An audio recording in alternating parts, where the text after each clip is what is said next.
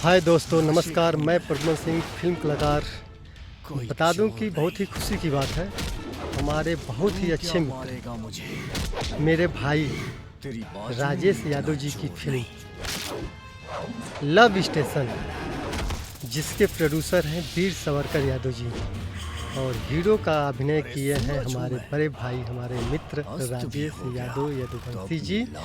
उनकी फिल्म पूरे यूपी और दिल्ली में 4 अगस्त को एक साथ रिलीज हो रही है। फिल्म का नाम है लव स्टेशन।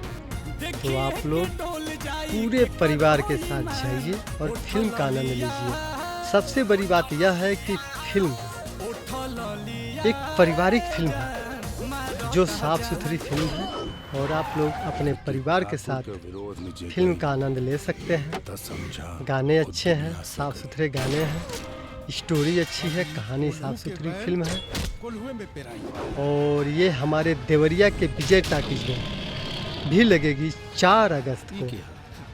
तो दोस्तों, आप लोग भारी संख्या में जाइए और अपने परिवार के साथ जाइए और फिल्म का आनंद लीजिए। बहुत ही अच्छी फिल्म लव स्टेशन, हमारे बहुत ही अच्छे मित्र राजेश यादव यदुवंशी जी की, जिन्होंने हीरो की भूमिका की है। बहुत अच्छे प्रोड्यूसर हमारे वीर सावरकर यादव जी। फिल्म में गाने और स्टोरी तो लाजवाब है, दिल को छू जाएगा ये फिल्म। फिल्म का नाम है लव स्टेशन। जय माता दी।